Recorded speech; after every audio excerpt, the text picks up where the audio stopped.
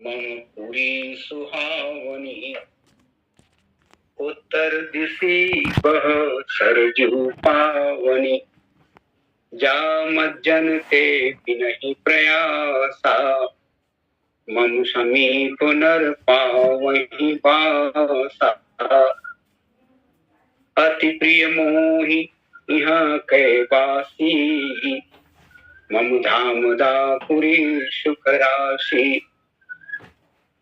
Hershey सब कपि सुन प्रभु बानी, धन्यवध जो राम बखानी। धन्यवध जो राम बखानी। लखन सिया रामचंद्र की जय, उमापति महादेव की जय। पवन सुत हनुमान की जय, संत गोस्वामी तुलसीदास महाराज की जय। सत्य सनातन धर्म की जय, अपने अपने गुरु गोविंद माता पिता की जय। बोल भाई सब संतन की जय, सब भक्तन की जय। जय जय श्री सीताराम। श्री राम कथा सत्संग पटल में विराजमान भगवत स्वरूप मानस में सज्जनों जनों, समादरणीय मित्रों, ममतामयी करुणामयी माता बहनों, आप सबों के पावन चरण कमलों मेरा सादर शीश नमन, सादर प्रणाम। राम कथा में आप सबों का हार्दिक अभिनंदन है, स्वागत है। आज के इस कथा पटल के संचालक पूज्य चरण महाराज पंडित योगेश्वर उपाध्याय जी के पावन चरणों में सादर प्रणाम करता हूँ। आज के प्रथम लिंग के कथा व्यास हमारे पूज्य आचार्य जी के पावन चरण कमलों में, आचार्य श्री गौरमा जी के पावन चरण कमलों में सादर नमन करता हूँ, सादर प्रणाम करता हूँ।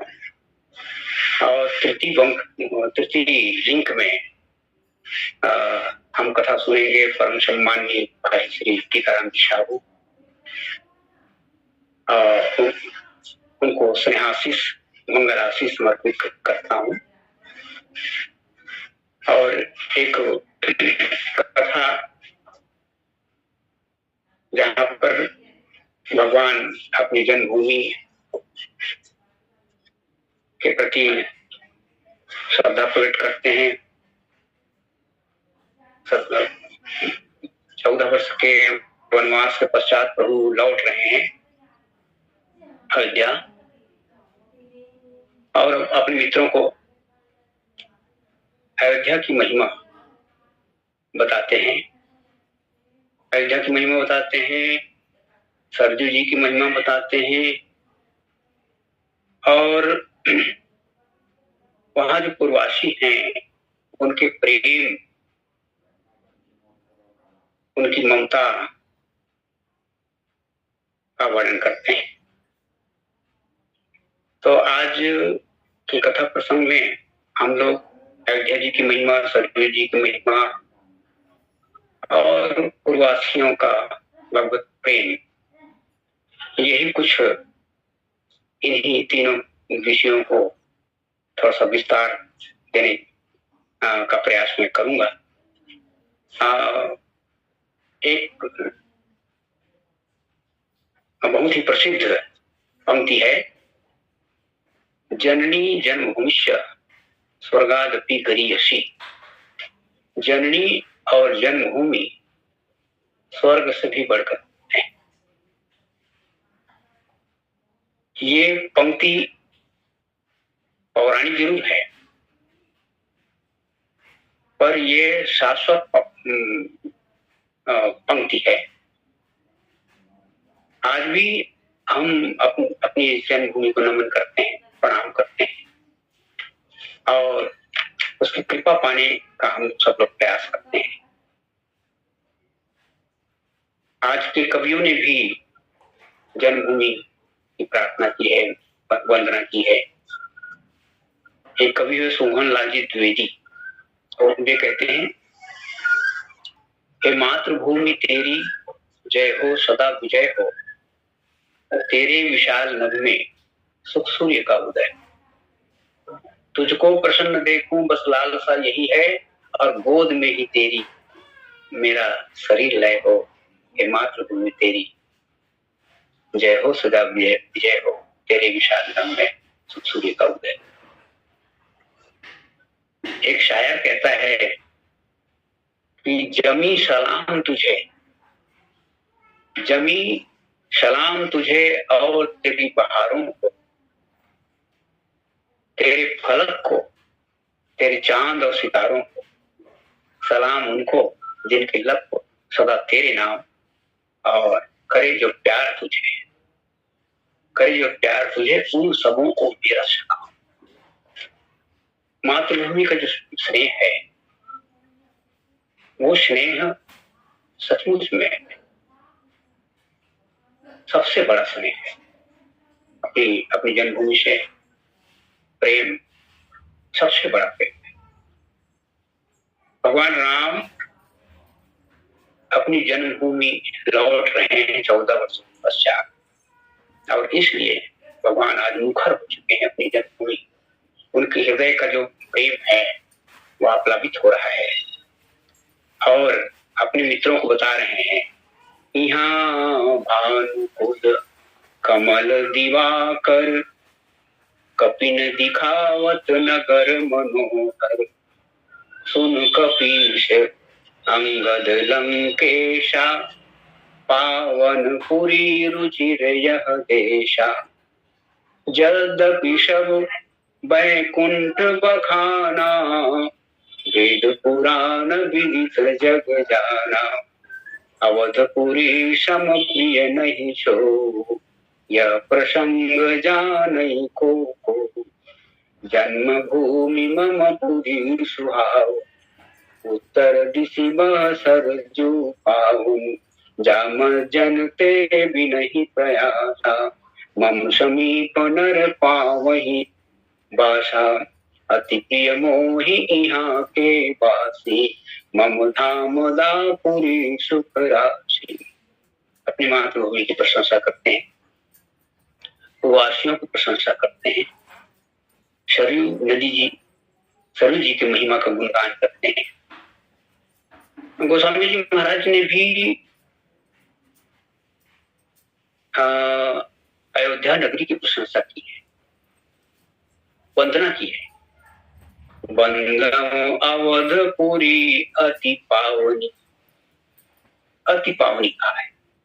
बंदम अवधपुरी अति पावनी, सरजू सरी कली कलुष नशावनी, कलयुग के कलुष को नष्ट कर देने वाली सरजू जी की महिमा का गुणगान गोस्वामी जी ने किया है। अवधपुरी की महिमा का गुणगान किया है, अति पावनी कहा है। बंदम अवधपुरी अति पावनी। हम सभी जानते हैं अयोध्या जी की गणना 7 मोक्षदायिनी नगरियों में होती है।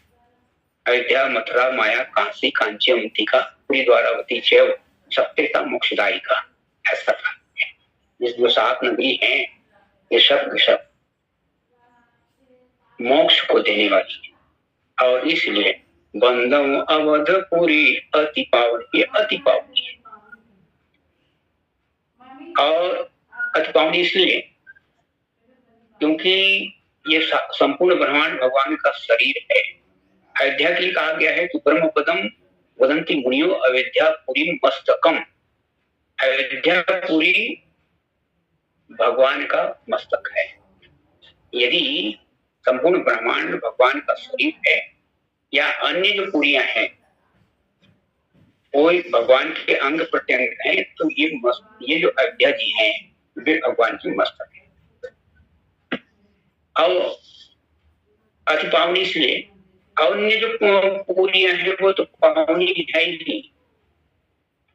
अब ये पावनी इसलिए है क्योंकि ऐसा कहा गया है कि कल्प कोटि सहस्त्राणाम काशी वासस्य यद फलम, यदि हजारों कोटि कल्प हम काशी जी में वास करें उसका फल, और तद फलम क्षण मात्र कलो दासरथीपुरम। यदि हम क्षण मात्र भी अयोध्यापुरी में निवास करते हैं तो वही फल प्राप्त होता है जो कई कल्प काशी में निवास करने का फल प्राप्त होता है। इसलिए बंदम अवधपुरी अति पावन, इस अवधपुरी को बहुत ज्यादा पवित्र अति पावनी का। और जो धाम है गोलोक इत्यादि साकेत इत्यादि, वे अंश हैं। किसके अंश हैं? तो बताया गया, शास्त्रों में कहा गया है कि सबके सब अयोध्या जी के ही अंश हैं। अयोध्या नगरी नित्या सच्चिदानंद स्वरूपिणी, यह सच्चिदानंद स्वरूपिणी है ये अयोध्या। अब यद अंशासेन गोलोक वैकुंठ प्रतिष्ठा, अन्य जो नगरियां हैं वे सब इसके अंश हैं, ये अंशी है, इसलिए अति पावन। पावन को भी पावन बना देने वाली है, इसलिए ये अति पावन है। और श्री सीताराम जी की विहार स्थली परीक्षा है, ये अति पावन। भगवान यही कहते हैं, यद्यपि सब वैकुंठ बखाना, वेद पुराण विदित जग जाना, अवधपुरी सम प्रिय नहीं सो, यह प्रसंग जानई को। ये जब भी राम जी का अवतरण इस धराधाम पर होता है तो कहा गया है कि तीरथ सकल तहा चलिया। जय दिन राम जन्म श्रुति गाव, जय दिन राम जन्म श्रुति गाव, वही तीरथ सकल तहा चलिया। वही जब भगवान का अवतरण होता है तो वहां सभी तीर्थ वहां चले आते हैं, सभी तीर्थों का निवास हो जाता है।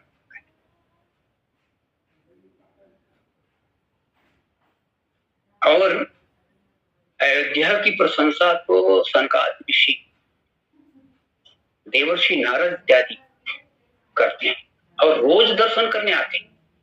अब गोस्वामी जी इस बात को बहुत स्पष्ट रूप में लिखते हैं कि नारदादि सनकादि मुनीषा, दर्शन लागी कौशलाधीशा, दिन प्रति सकल अयोध्या आवही, देखी नगर विराग बिसराव।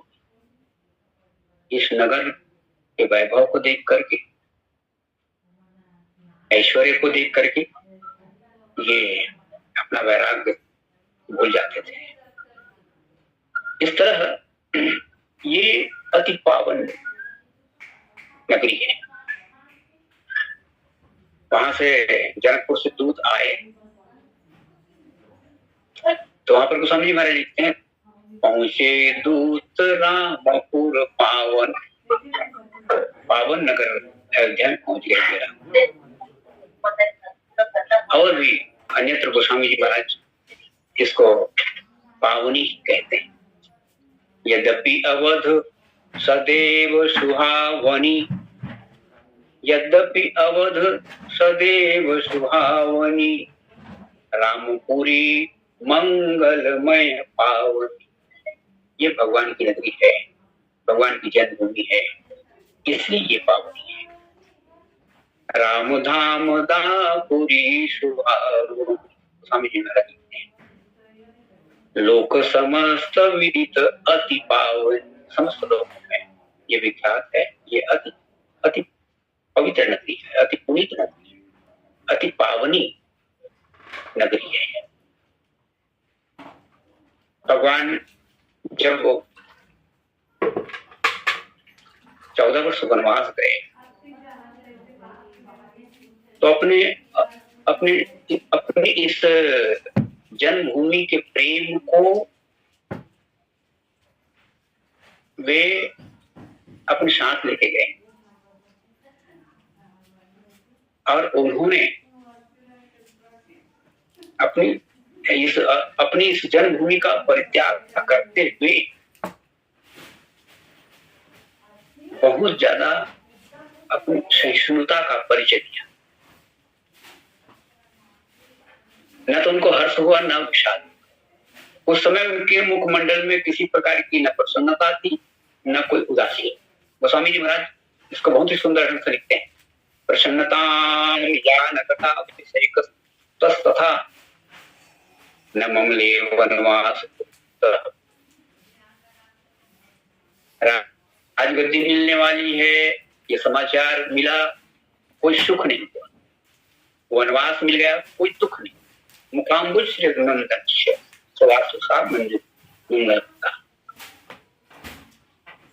और गोस्वामी जी महाराज कविता बोली में लिखते हैं, राजीव लोचन राम चले,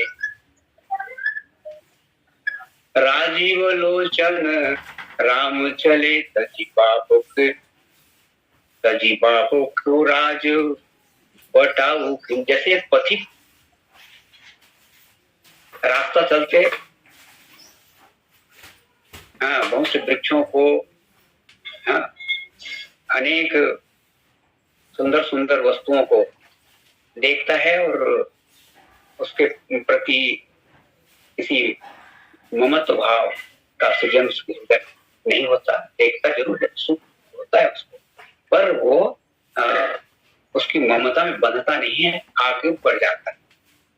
बस ऐसे ही राजीव लोचन राम चले, बाप के राज बटाऊ की नहीं पथिक की तरह वे चल पड़ते हैं।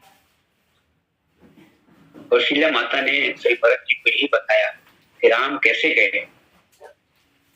पितुआय सुभूषण बसन ताक तजे रघुबीर, विस्मौ हरसन हृदय कछु पहिरे बल कल चीर। कोई आश्चर्य नहीं, कोई प्रसन्नता नहीं, कोई उदासीपन नहीं, बिल्कुल तटस्थ होकर के भगवान जाते हैं वनवास। क्या भगवान सचमुच में ऐसे ही उदासीन हैं? उनकी प्रकृति, ईश्वर की प्रकृति उदासीनता से भरी हुई है? नहीं, भगवान तो सभी रस के प्रेमी हैं और उनके लिए जो शब्द शास्त्रों में कहा गया है, रसो वैश्य, वे रसों के भंडार, अनंत रस उनमें भरे पड़े हैं। जब वो चित्रकूट गए, चित्रकूट तो प्रेम की भूमि है, रसमयी भूमि है, वहां गए तो वहां भगवान का विशिष्ट रूप में स्वागत हुआ, विशेष स्वागत। लिखा गया कि लसन वहां पर लक्ष्मण जी वहां की परिस्थिति का, वहां के दृश्यों का, वहां के वातावरण का बढ़िया अनुभव कर रहे हैं। लसन कहे रघुनंदन देखिए विपिन समाज, मानव चयन मयन पुर आयो प्रिय ऋतुराज। मानो बसंत ही स्वागत करने के लिए आ गया, अनुभव कर रहे हैं लक्ष्मण जी। और चित्रकूट पर राहुल जान अधिक अंता, चित्रकूट से आपका बहुत ज्यादा स्नेह है, इसको जान करके सखा सहित जन रतिपति आयो खेलन था। रतिपति अर्थात कामदेव, चित्रकूट से आपको बहुत ज्यादा स्नेह है। चित्रकूट की जो भूमि है, चित्रकूट सब दिन बसत। कहते हैं कि भगवान राम सीता और लक्ष्मण के साथ शाश्वत रूप में वही निवास कर, चित्रकूट में ही निवास करते। और ऐसा जान करके अपने मित्र बसंत को लेकर के भाग खेलने के लिए कामदेव आया को ऐसा है। प्रश्न है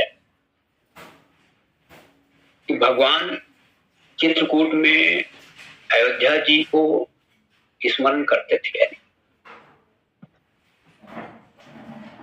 भगवान की सहिष्णुता का परिचय तो हमको मिल ही गया कि भगवान जब अयोध्या से चले थे तो न उनके मुखमंडल में कोई उदासी पन था और नहीं कोई प्रसन्नता थी। पर भगवान बीच बीच में कभी कभी चित्रकूट में निवास करते हुए अयोध्या को याद करते थे। जब जब राम अवध सुधि करही, तब तब बारी बिलोचन भर। राम का जन्म प्रेम, अपनी जन्मभूमि से अपनी मातृभूमि से भगवान कितना प्रेम करते थे। जब जब राम अवध सुधि करें, जब जब सुधि जब जब इस स्मृति में अयोध्या की उनको याद आती थी तो उनकी आंखें छलछला जाती थी। अब ये कल्पना करें, यदि अयोध्या से वन की ओर जाते हुए राघव की आंखों में ऐसे ही अश्रुधारा बह गई होती। वनवास के लिए निकल रहे हैं राघव, पिताजी के पास गए, कौशल्या माँ के पास गए, पूर्ववासियों से मिले। यदि उस समय उनकी आंखें छलक गई होती तो क्या होता? आज चित्रकूट में जिसे याद करते हुए, अपनी जन्मभूमि को याद करते हुए उनकी आंखें छलका, तो उस समय इतनी बड़ी प्रतिक्रिया होती जिसका कि उल्लेख नहीं किया जा सकता। ऐसा भी हो सकता था कि अयोध्या के पूर्ववासी कई माता का वध करते। यदि राम जी की आंखों में आंसू दिख गए होते तो, यदि राम जी की आंखों में आंसू कहीं महाराज दशरथ जी देख लेते तो उनके प्राण पखेरु वही निकल गए। यदि कौशल्या माँ राघव के आंखों में आंसू देख ली होती तो उनके हृदय का टुकड़ा टुकड़ा हो गया। पर भगवान श्री राम चाहते थे कि उनकी आंखों के आंसू को देखकर कोई व्यथित ना हो, इसलिए अयोध्या से चलते समय उन्हें अपने आप को रोका, अपनी मातृभूमि के प्रेम को रोका।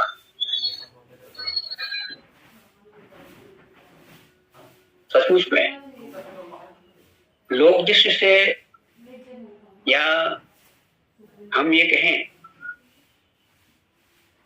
भगवान अपनी इस मातृभूमि से कितना स्नेह करते थे, मातृभूमि से और वहां के वासियों से, सरजू जी से कितना स्नेह करते थे। गोस्वामी जी तो अनेक जगहों पर इसका बढ़िया उल्लेख करते हैं। गोस्वामी जी महाराज वंदना पर समय लिखते हैं, बंदव अवधपुरी अति पावन, सरजू सरि करि कलि सन सावन, पणपुर नर नारी बहोरी, ममता जिन पर प्रभु ही न थोरी। कितनी ममता थी, कितनी ममता थी अपनी प्रवासियों पर। यहाँ गोस्वामी जी एक बढ़िया उदाहरण देखते हैं, सिय निंदक अग ओग नशाए। एक सामान्य सा व्यक्ति सीता जी के चरित्र को लेकर शंकालु होता है, पर भगवान ने उसके लिए क्या किया? क्या उसको दंड मिला? नहीं। ये निंदक अग ओग नसाए, वो तो बहुत बड़ा पापी था, बहुत बड़ा पाप किया उसने। पर भगवान ने क्या किया? लोक विशोक बनाई बसाए। अपने लोक में, अपने धाम में उनके लिए सुंदर भवन बना दिया। भगवान की ऐसी ममता, अपनी पूर्ववासियों पर ऐसी ममता का, जो ईश्वर अवतार ग्रहण करके आएगा वो तो पक्षधर होगा ही। ब्रह्म जिसको हम कहते हैं वो पक्षधर नहीं है, वो समदर्शी है। पर जो अवतार ग्रहण करके जो ब्रह्म ईश्वर के रूप में या मनुष्य के रूप में जब अवतरित होता है, तब वो किसी न किसी देश को स्वीकार करता है, किसी काल को स्वीकार करता है और किसी व्यक्ति को स्वीकार करता है। और पूरे समाज को स्वीकार करते हुए, हाँ, देश और समाज के लिए वो हितैषी हो जाता है। ऐसा ईश्वर नहीं चाहिए जो हमारा पक्षधर न हो, जो हमारे दुख सुखों का साथी न हो। वो ईश्वर तो सबके हृदय में है बैठा हुआ, है ना।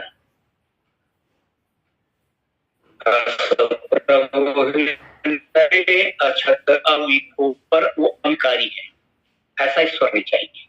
ऐसा ईश्वर चाहिए जो हमारे दुख सुखों का साथी। तो भगवान हमारे दुख सुखों का साथी है।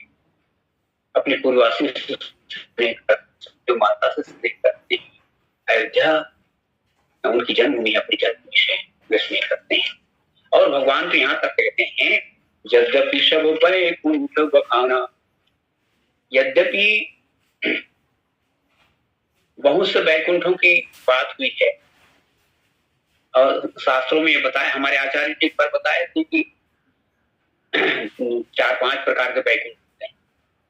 एक रमा वैकुंठ, एक पयोधि वैकुंठ, एक कारण वैकुंठ, एक महावैकुंठ और एक दुर्जापार वैकुंठ। 4-5 प्रकार के वैकुंठ की चर्चा है पुराणों में। तो उन वैकुंठों में और हमारे अवध धाम और वैकुंठ धाम, इनमें क्या अंतर है? यदि इस पर कुछ चर्चा की जाए तो हम ये कह सकते हैं कि जो वो वैकुंठ जो है वो दुर्लभ है और अवध धाम जो है वो सुलभ।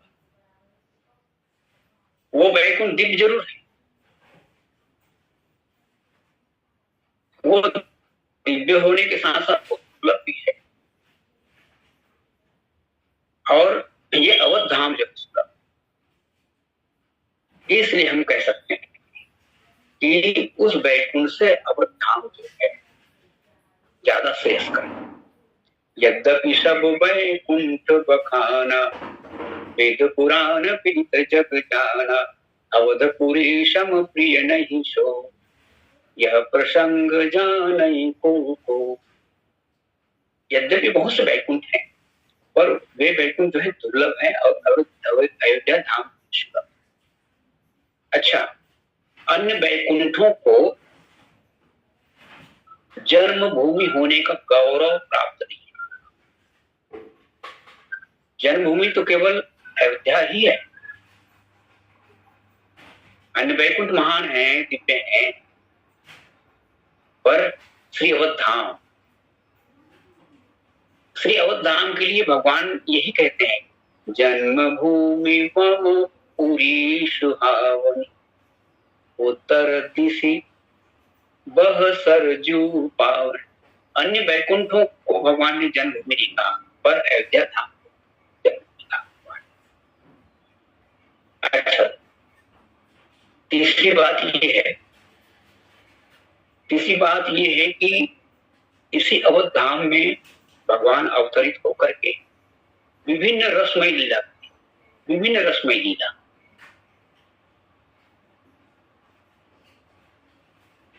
छोटे से थे माने ब्रह्म, जिसको हम कहते हैं कि ब्रह्म महान है, पर वही महान ब्रह्म लघु बन गए।